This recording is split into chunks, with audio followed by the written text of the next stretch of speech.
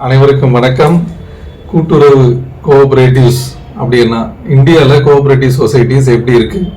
இந்தியாவில் இருக்கிற cooperative societies தான் வேர்ல்டுலே லார்ஜஸ்ட் நெட்வொர்க். வேர்ல்டில் அதிகமான அளவு கோஆபரேட்டிவ் சொசைட்டிஸ் இருக்கிறது, அதிகமான அளவு மெம்பர்ஸ் இருக்கிறது இந்தியாவில்.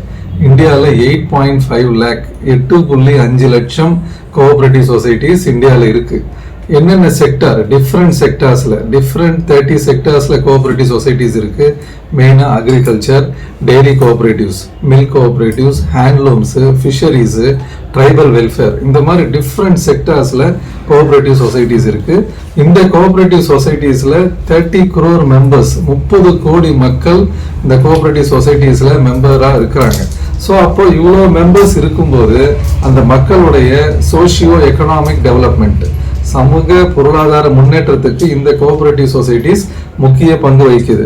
அதனால யாரோன்னா இப்போ இந்த கோஆபரேட்டிவ் சொசைட்டிஸ் ஆரம்பிக்க முடியுமா? யாரோன்னா இந்த கோஆபரேட்டிவ் சொசைட்டிஸ்ல மெம்பரா இருக்க முடியுமா அப்படின்னா, as per Indian constitution article 19(1)(c) படி, formation of cooperative society or becoming a member of the cooperative society is the fundamental right to every citizen. So இந்தியாவில் கோஆபரேட்டிவ் சொசைட்டிஸ் இந்த அளவுக்கு இருக்கு. அப்போ வேர்ல்டு வைடும் நிறைய கண்ட்ரீஸில் கோஆபரேட்டிவ் சொசைட்டிஸ் மக்களோட socio economic டெவலப்மெண்ட்டுக்கு முக்கிய பங்கு வகிக்குது. அதனால தான் யுனைடெட் நேஷன்ஸுடைய சஸ்டைனபிள் டெவலப்மெண்ட் கோல்ஸ், சமுதாயத்தினுடைய மக்களுக்கான நீடித்த பொருளாதார நீடித்த வளர்ச்சி, சஸ்டைனபிள் டெவலப்மெண்ட், நீடித்த வளர்ச்சிக்கு முக்கிய பங்கு இருக்கிற மாதிரி ஒரு 17 சஸ்டைனபிள் டெவலப்மெண்ட் கோல்ஸ் 2030 எவ்வளோ ரீச் பண்ணணும். அந்த கோல்ஸில் முக்கியமானது SDG 1 நோ பாவர்ட்டி, வறுமையே இல்லாத ஒரு சமுதாயத்தை உருவாக்குறது. SDG 2 வந்து ஜீரோ ஹங்கர், பசி, அனைவருக்கும் பசி இருக்கக்கூடாது, அனைவருக்கும் போதுமான அளவு உணவு கிடைக்கணும்.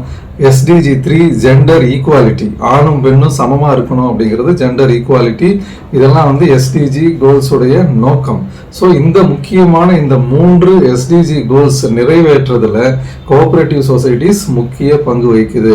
அதனால இதனுடைய முக்கியத்துவத்தை உணர்த்துகின்ற வகையில தான் யுனைடெட் நேஷன்ஸ் இயர் 2025 இந்த வருஷத்தை இன்டர்நேஷனல் இயர் ஆஃப் கோஆபரேட்டிவ்ஸ் அப்படின்னு அனௌன்ஸ் பண்ணியிருக்கிறாங்க.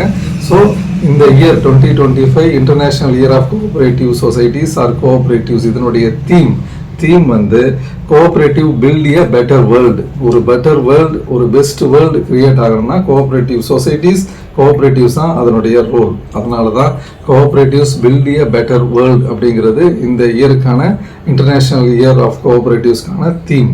ஸோ இந்த கோஆபரேட்டிவ் சொசைட்டிஸ் இன்னும் நல்லா ஸ்ட்ரென்தன் பண்ணணும், மக்களுடைய முன்னேற்றத்தில் முக்கிய பங்கு வகிக்கணுன்றதுக்காக மத்திய அரசு, honourable prime minister mister Narendra Modi அவங்க அதுக்காக ஒரு தனியாக ஒரு மினிஸ்ட்ரி, கோஆபரேட்டிவ் மினிஸ்ட்ரி தனியாக கிரியேட் பண்ணியிருக்கிறாங்க.